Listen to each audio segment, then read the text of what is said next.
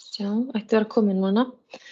En við munum slökkva á þessari upptöku áður en við byrjum umræðurnar, þannig að þetta verður í rauninni bara erindið okkar Eddu sem verður tekið upp. Og af því við erum svolítið mörg inn á fundinum, þá vildi ég biðja ykkur að endilega nota eða hafa mute-stillinguna á sem þið sjá hérna neðst á glærunni. Það var þarna hátalaramerkið og þið hafið þannig að strikið sig yfir því.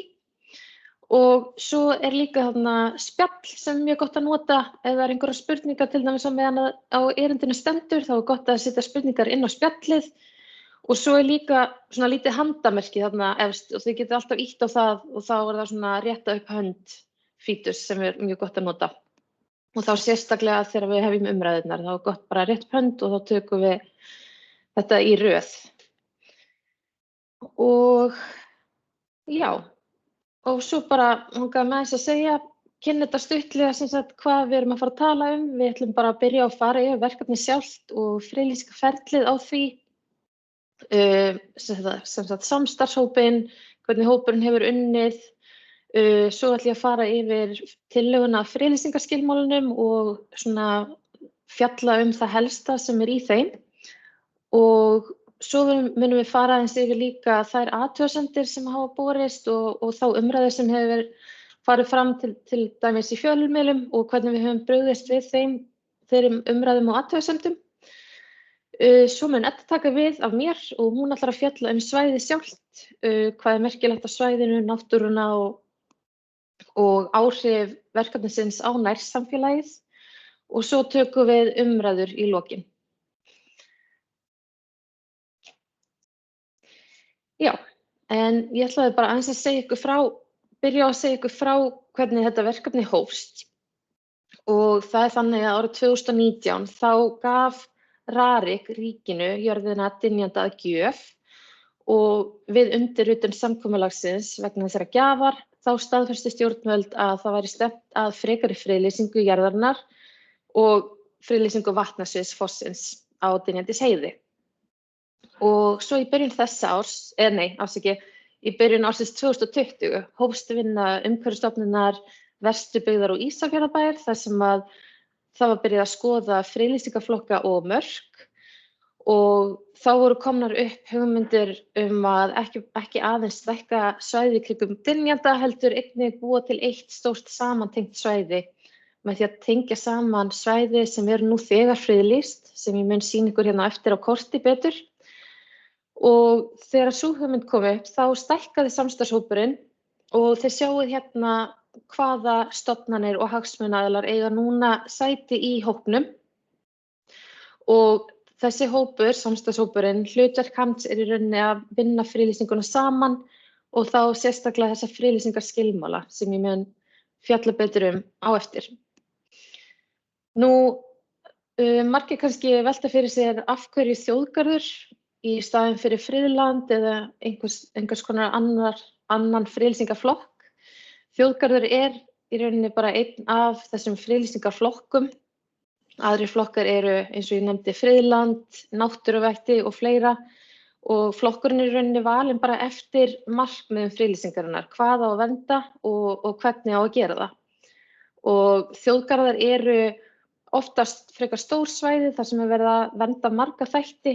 Það kannski ekki endilega bara einhver ákveðin vistgerð eða dýrategund eða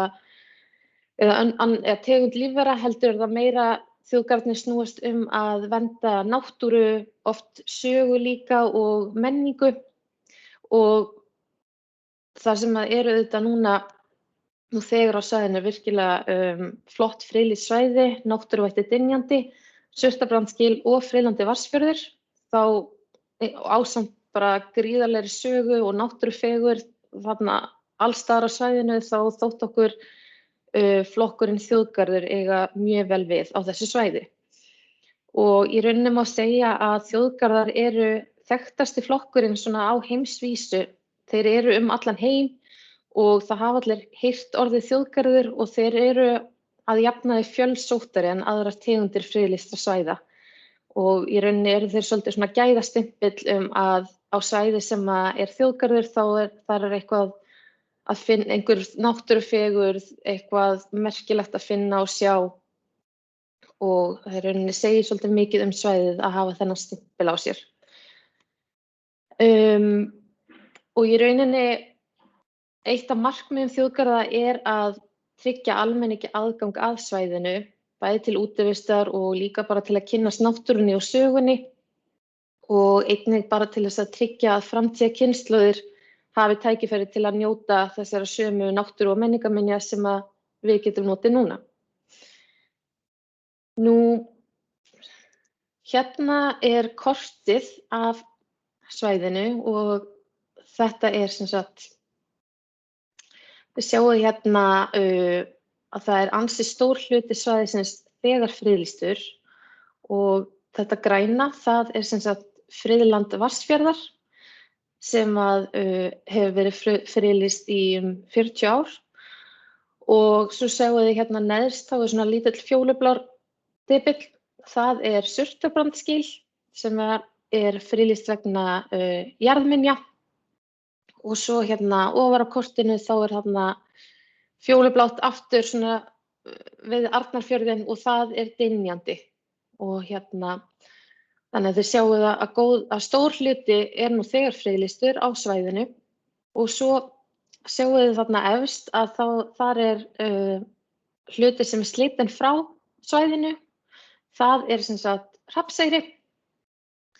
Svo þarna líka Dynjandisheiðin, næsti fjörður við fjörðinn sem Dynjandi í Geirþjórsfjörður þarna sunnan við og það staður sem á náttúruminjaskrá og virkilega fallegur eyðifjörður. Og sem sagt við að sameina þessi svæði en Dynjandi og Surtarbrandsgil munu ennþá heita náttúruvætti og í rauninni munu mjög svipaðar eða bara sömu reglur gilda þar eins og áður og við munum ennþá kalla Vatnsfjörð friðland og það breytist líka frekar lítið þar í varðandi reglur friðlýsingarskilmálanna. Nú, mig langaði rétt að fara bara stuttlega yfir friðlýsingarferlið. Sem sagt, tillagan að þessari friðlýsingu, hún kom í rauninni við undirritun þessa samkomulags RARIK og ríkisins sem ég minntist á áðan og þá í rauninni staðfestu stjórnvöld að það væri stefnt að frekari friðlýsingu jarðarinnar og vatnasviðs fossins Dynjanda. Nú, svo var samstarfshópurinn skipaður eins og ég lýsti áðan og hópurinn hóf vinnu við að ákveða flokk, fara að skoða mörk og þegar það var ákveðið þá voru auglýst svokölluð áform friðlýsingu sem tók 8 vikur, sú auglýsing og í rauninni í svona áformsauglýsingum það einfaldlega í rauninni tilkynning að það sé verið að skoða friðlýsingu á ákveðnu svæði, þá í rauninni ekki búið að ákveða neitt nema mörk svæðisins og í hvaða flokki friðlýsingu verður og það var þjóðgarður. Nú, hópurinn hélt vinnu sinni áfram og fór að vinna friðlýsingarskilmálana sem í rauninni svona ákveðna reglur sem gilda á friðlýstum svæðum sem ég mun fara betur í hérna bara á næstu glæru. Og þessi skilmálar auglýstir í 3 mánuði og þeir ennþá í auglýsingu núna, þeir verða í auglýsingu til 27. maí og á meðan þessum auglýsingatíma stendur þá geta allir nálgast þessa tillögu, hún inn á heimasíðu Umhverfisstofnunar og við bara hvetjum alla til þess að fara inn á heimasíðu Umhverfisstofnunar og kynna sér skilmálana og senda inn ef það einhver ábending eða athugasemd þá það allt mjög velkomið. Að allt svoleiðis aðstoðar okkur í okkar vinnu. Nú, hérna sjáum við þessar greinar sem í þessum skilmálunum sjálfum, friðlýsingarskilmálunum og ég ætla ekki að fara nákvæmlega í allar greinarnar hérna, það myndi bara taka aðeins og langan tíma en ég ætla að tala mest þau atriði þar sem mesta áherslan hefur verið á bæði í vinnu samstarfshópsins og líka bara sem sagt þær greinar sem okkur hafa borist ábendingar og fyrirspurnir. Og ef það eitthvað sem að þið vilja að ég fari betur í, þá bara endilega láta mig vita þegar umræðurnar hefjast í endan. En eins og ég segi, þá eru skilmálarnir inn á ust.is. Já, raforkuöryggi, þetta eitthvað sem að mig langar endilega að taka fyrir og ræða. Við vitum að margir hafa áhyggjur af þessu þegar þeir heyra minnst á þjóðgarð og við viljum leggja mikla áherslu að við höfum rætt þetta virkilega mikið í samstarfshópnum okkar. En eins og ég minntist á áðan, þá var þarna Rarik gaf ríkinu jörðina dynjandi og þegar það gerðist þá var samkomulag undirritað þar sem að var lögð áhersla á að núverandi raflínur sem að liggja svæðið geti staðið þar áfram með eðlilegri endurnýjun og að það verði líka hægt að leggja nýjar raflínur til að styrkja innviði raforkukerfisins á Vestfjörðum. Og við fengum ábendingu daginn, það var í umræðinni, að það vantaði aðeins inn í skilmálana að það væri augljóst að það væri hægt að leggja nýjar raflínur. Þannig að mig langaði að benda ykkur á þarna síðustu setninguna á þessari klæru sem skástrikuð. Þetta sem sagt eitthvað sem að vantaði þegar við lögðum tillöguna fram í skilmálana og við höfum bætt þessu við. Og þetta verður í skilmálunum. Og við viljum í rauninni okkar stefna alls ekki að stofnun þjóðgarðsins komi niður á uppbyggingu nauðsynlegra innviða og við viljum reyna að koma til móts við allar svona ábendingar og umræður. Það hefur líka mikið verið rætt vegamál varðandi þjóðgarðinn og að leggja vegi það í rauninni styður markmið þjóðgarða af því að eitt af markmiðunum okkar í þessari friðlýsingu að tryggja aðgengi almennings og hafa góða samgönguleiðir innan garðsins. Og eins og þið sjáu hérna á klærunni, þá stendur í 13. grein skilmálana að viðhald og þjónusta við vegi á svæðinu heimil án þess að þurfa að leita leyfis Umhverfisstofnunar.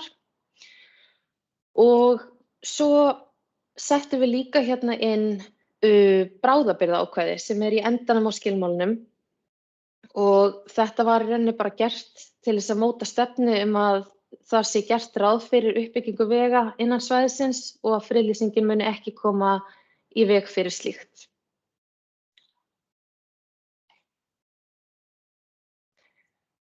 Þá það 16. greinin sem fjallar veiði og notkun skotvopna. Við hefum fengið nokkrar athugasemdir að það séu gallar á veiðigreininni og við höfum bara brugðist við þeim athugasemdum með því að endurskrifa í rauninni þessa grein. Og það sem hún segir bara núna eftir breytingarnar að veiðar eru heimilar bara samkvæmt villidýralögunum og það stefnt skal að útrýmingu minks, veiðar og ref eru heimilar bara samkvæmt almennum reglum þar heimild til að veiða í ám og vötnum helst eins og verið hefur og svo hérna sérregla veiði og notkun skotvopna innan friðlands Vatnsfjarðar og þar sem segir að veiðar og notkun skotvopna séu óheimilar innan friðlands Vatnsfjarðar nema til veiða á ref og mink og vil bara vekja athygli á að þetta bara nákvæmlega eins og það var áður en við byrjuðum að skoða friðlýsingu þessa þjóðgarðs að þetta var svona í Vatnsfirði í gömlu friðlýsingunni. Og það hafa margir líka verið að spyrja rjúpnaveiðina. Það ekkert sérstakt bann við rjúpnaveiði, þær haldast bara alveg óbreyttar á þessu svæði eins og þær hafa verið áður. Þannig að í rauninni almennt fara veiðarnar í garðinum bara eftir villidýralögunum og lögum veiðar.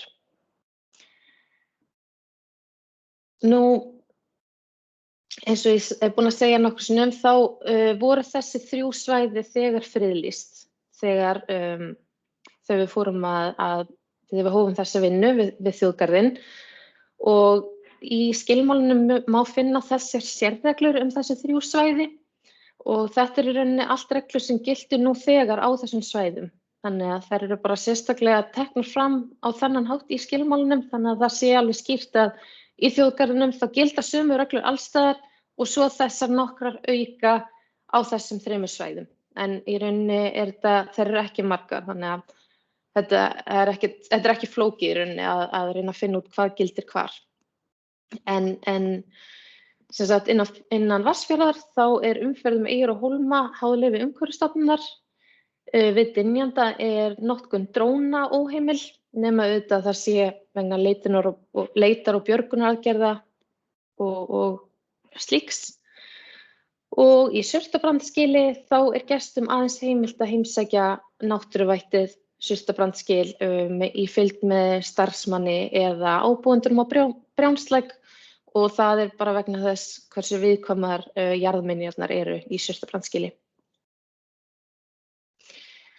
Nú, þegar friðlýsingin, þegar hún gengur í gegn og allt er í rauninni friðlýsingarferli hefur klárast, þá er unnið annað skjal, svokölluð stjórnunar- og verndaráætlun, sem er í rauninni upplýsingaskjal. Og ólíkt skilmálunum er hún til styttri tíma. Skilmálarnir eru hugsaðir sem langtímaskjal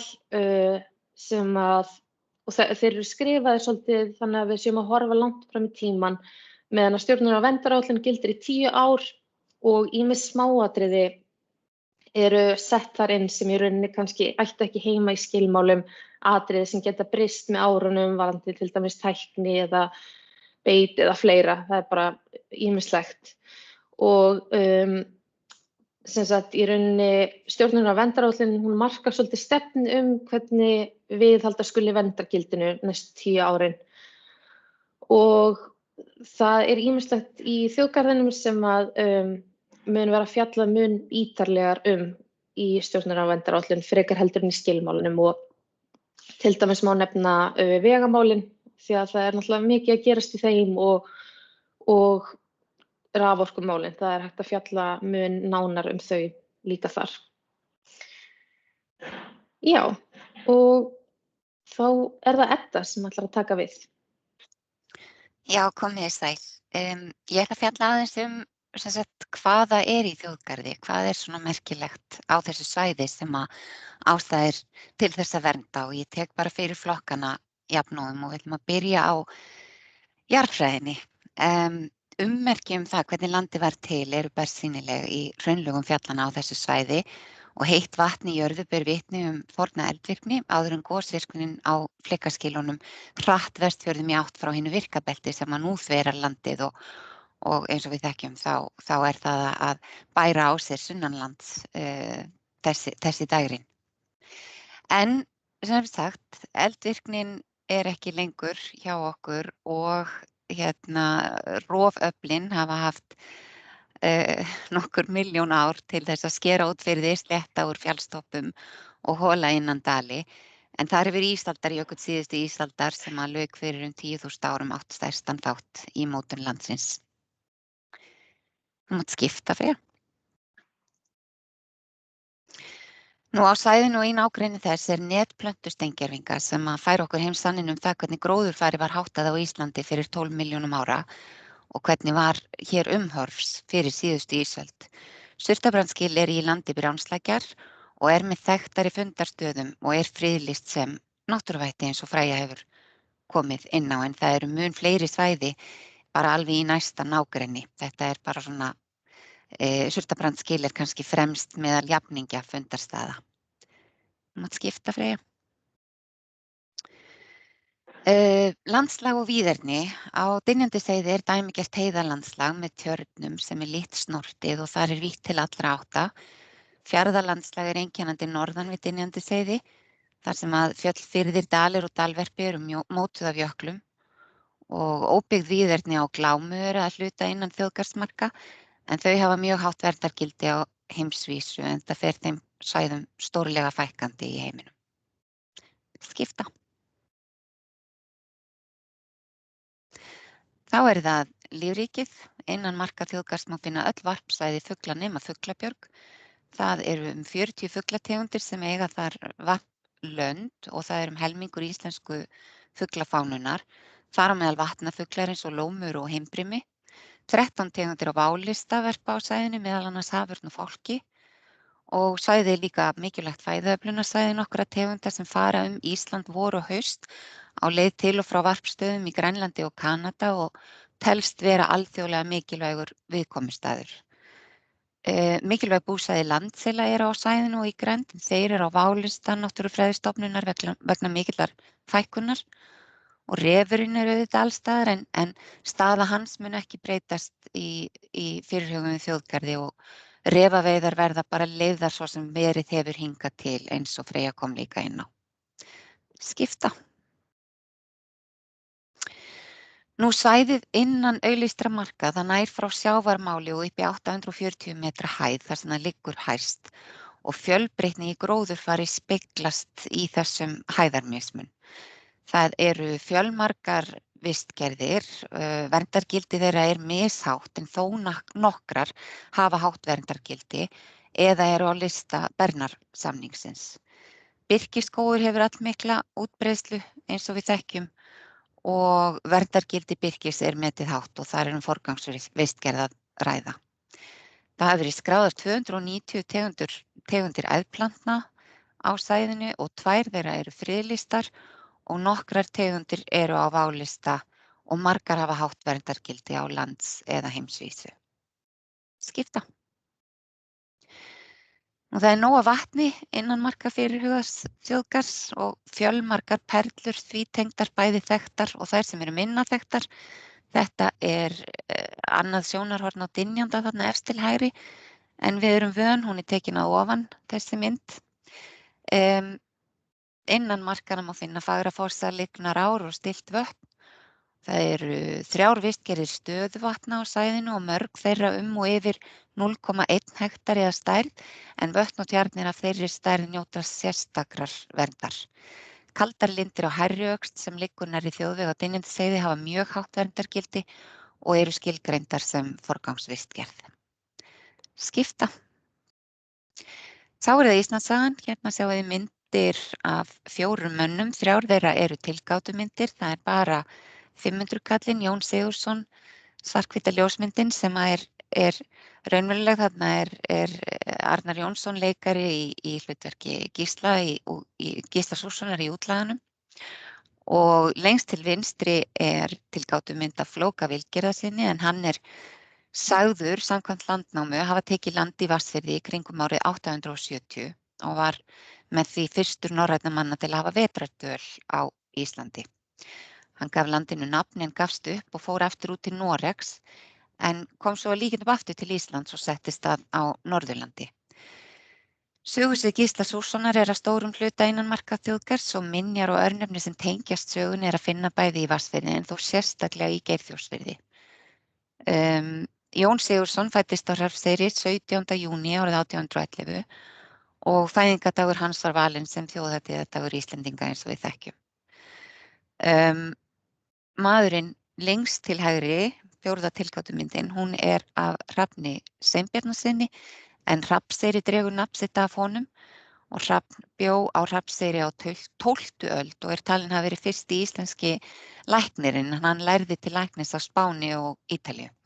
Hann var goðorðsmaður og átti í illdeilum við Þorvald Vatnsfirðing Snorrason og féll fyrir hendi hans og hans manna. Skipta.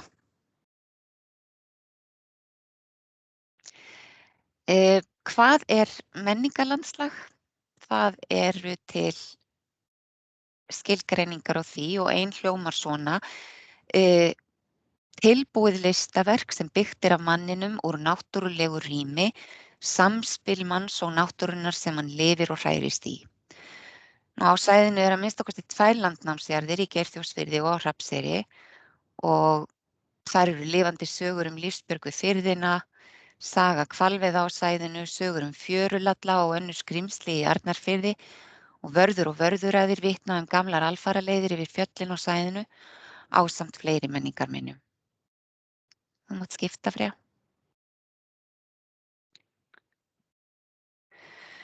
Svæðið sem yrði innan þjóðgarðs á Vestfjörðum samofið vitund þjóðarinnar þar sem að innan þess má rekja þessa sögu allt frá því Hrafnaflóki hafði fyrstur norrænna manna vetursetu á Íslandi og gaf nafninu land. Allt til þess Íslendingar fengu sjálfstæði sitt þann 17. júní. En það eins og ég sagði á fæðingardagur Jóns Sigurðssonar frá Hrafnseyri, þess mann sem einna ötulegast barðist fyrir sjálfstæði Íslands. Ummerki forna eldvirkni og listilegan útskurð ísaldarjökulsins og annarra rofafla eru á hverju strái og á svæðinu fléttast þannig saman á einstakan hátt myndunar- og mótunarsaga landsins og myndunar- og mótunarsaga þeirrar þjóðar sem að landið byggði. Næsta. Nú, Freyja kom inn á þetta áðan en hugtakið þjóðgarður þekkt bæði innanlands og utan og ef að gestir koma í þjóðgarð, innlendir eða erlendir, þá það sjálfkrafa gefið að hér eitthvað mjög markvert í nágrenninu sem að ástæða hefur þótt til að vernda. Þjóðgarður getur þannig verið aðdráttarafl fyrir svæði og það eru til ferðamenn sem að setja slík svæði mjög ofarlega í forgangsröðun sinni á ferðalögum og stærstur hluti þeirra ferðamanna sem koma til Íslands, þeir koma hingað til þess að upplifa náttúruna og þetta náttúra sem einstök á heimsvísu. Ferðaþjónusta og uppbygging á friðlýstum svæðum, hún getur verið mikill drifkraftur í verndun og stýringu á vernduðum svæðum. Samkvæmt rannsókn Hagfræðistofnunar Háskóla Íslands á hagrænum áhrifum friðlýstra svæða frá 2018 áætlað að það fjármagn sem að ríkið setur í rekstur á friðlýstum svæðum skili sér margfalt tilbaka í formi skatttekna af störfum og störfum í ferðaþjónustu á innan svæða og á grannsvæðum. Og rannsóknin sýndi að bein efnahagsáhrif nema að meðaltali 23 krónum sem skila sér tilbaka af hverri 1 krónu sem að ríkið setur í svæðið. Og ef að rétt að málum staðið þá getur þjóðgarður því skapað ný tækifæri fyrir byggðarlögin í Grendans. En þá auðvitað lykilatriði að virku samráði við íbúa í nágrenninu sé viðhaldið við stjórnun eftir að þegar og ef af stofnun þjóðgarðs verður. Nú ég setti þarna dæmi frá Snæfellsjökli á glæruna en Kristinn Jónasson, bæjarstjóri Snæfellsbæjar, hann hefur látið hafa það eftir sér víða og oft að stofnun þjóðgarðsins Snæfellsjökuls hafi verið ein besta ákvörðun sem tekin hefur verið fyrir Snæfellsnesið í heild sinni. Það segull sem að laðar ferðamenn á svæðið og hann hefur haft margvísleg áhrif til góðs og gæða fyrir heimabyggðirnar á Snæfellsnesi. Já. Vestfjarðastofa vann á dögunum forgreiningu á innviðaþörf í fyrirhuguðum þjóðgarði þar sem fjallað og lagt mat á hvaða innviðir eru nauðsynlegir í þjóðgarði á Vestfjörðum ef á honum verður og hvaða uppbygging þarf að fara fram á næstu árum.